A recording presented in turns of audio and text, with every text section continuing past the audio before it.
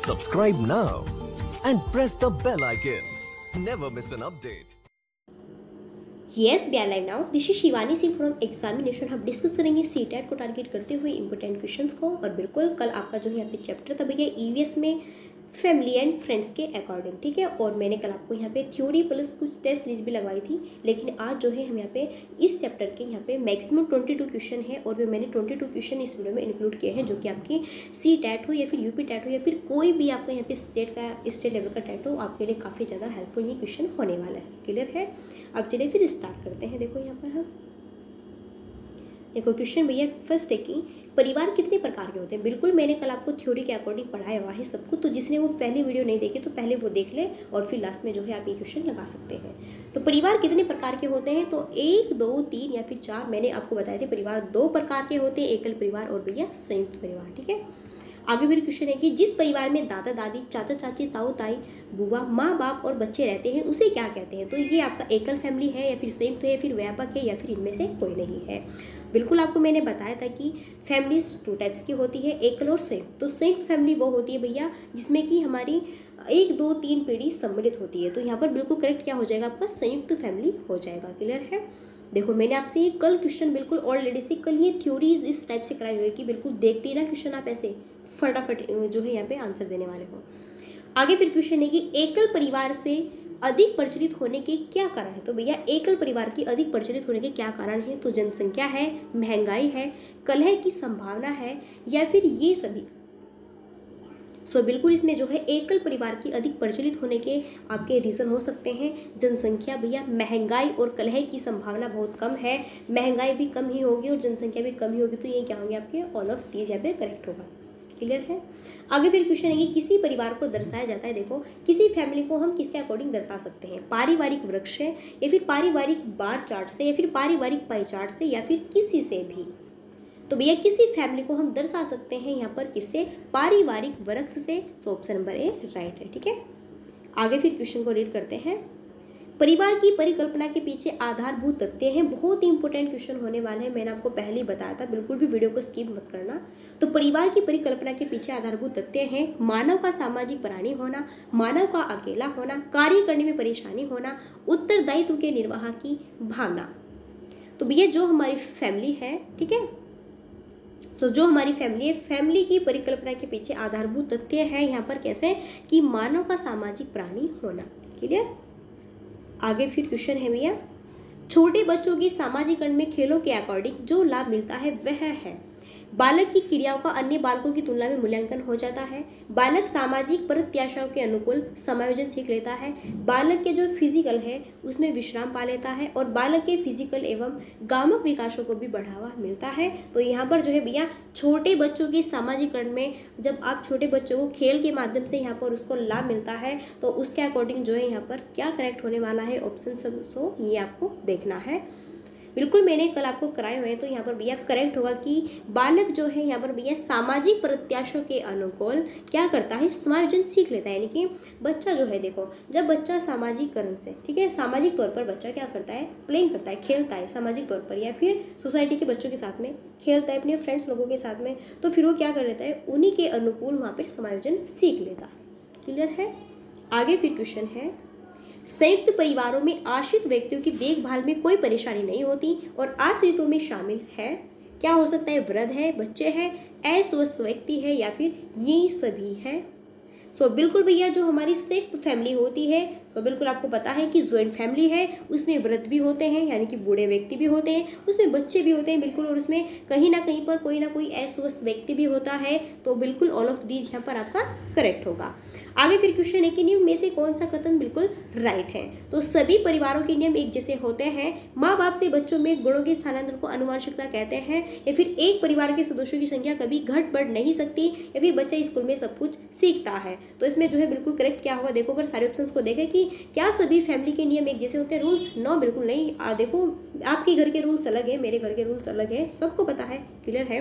क्या बच्चा सिर्फ ओनली स्कूल में सीख सकता है, बिल्कुल गलत है, बिल्कुल राइट बताना है। क्या एक फैमिली के जो भी यहाँ पे सदस्य होते हैं उनकी संख्या कभी घट बढ़ नहीं सकती, यार कैसे ऐसे ऑप्शन से बिल्कुल निगेटिव है कहीं ना कहीं पर।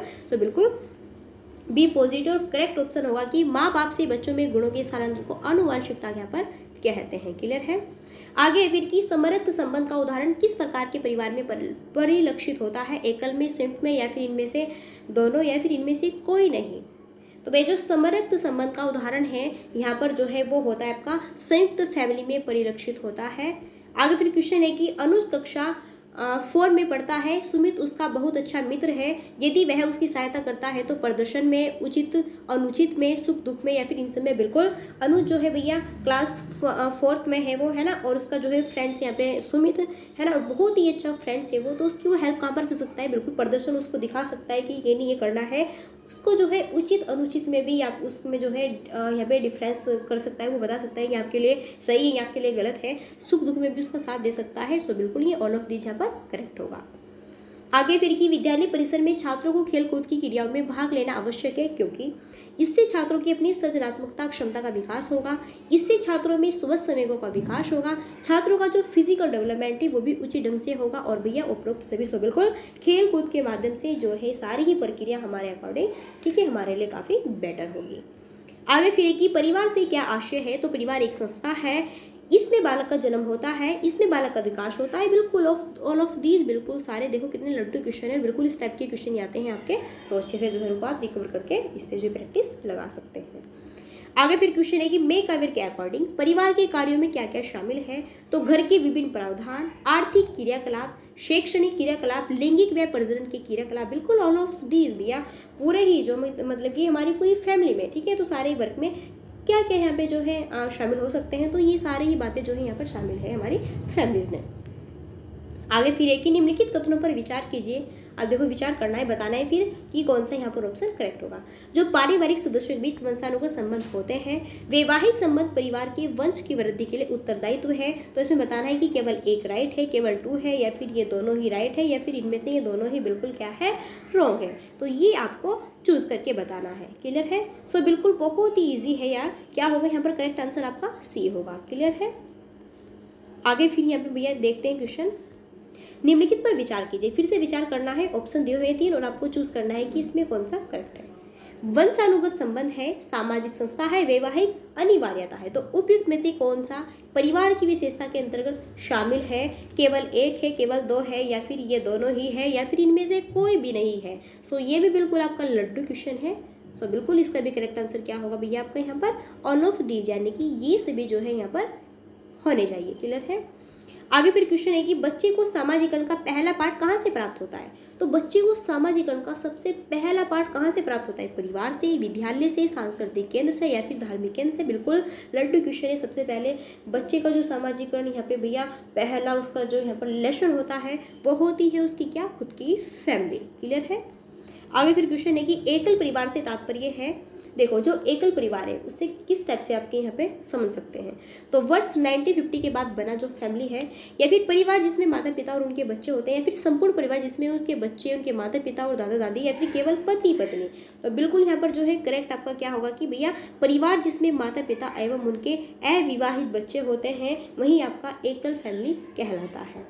आगे फिर क्वेश्चन है, ये बहुत ही very very very very popular very very most important question है कि भारत में लड़के व लड़कियों की विवाह योग्य न्यूनतम आयु क्या होनी चाहिए, तो भैया भारत में लड़कों की आयु और लड़कियों की आयु, तो देखो सबसे पहले तो लड़कों की आयु चूज करो, तो लड़कों की आयु होनी चाहिए यहाँ पे भैया कितनी 21 और लड़कियों की कितनी 18, तो ऑप्शन नंबर ए करेक्ट होगा। क्लियर है। तो लड़के 21 के और जो गर्ल्स है वो 18 वर्ष। अगर 18 वर्ष से पहले किसी की भी शादी हो जाती है तो अवैध तरीके से उसका बिल्कुल यहाँ पर जो है जेल वेल हो जाएगी, कभी भी वो छूटेगा नहीं बॉयज़। क्लियर है। तो भैया मतलब कुछ कर लेते हैं यहाँ पे बंदे मतलब थोड़ा भाग भाग जाते हैं, तो इस टाइप्स की जो शादी करते हैं लव मैरिज वगैरह है ना, देखो मेरा तो मानना है यार बिल्कुल अपनी फैमिली के अकॉर्डिंग शादी कीजिए, वो बहुत ही ज़्यादा बेटर रहता है। क्लियर है।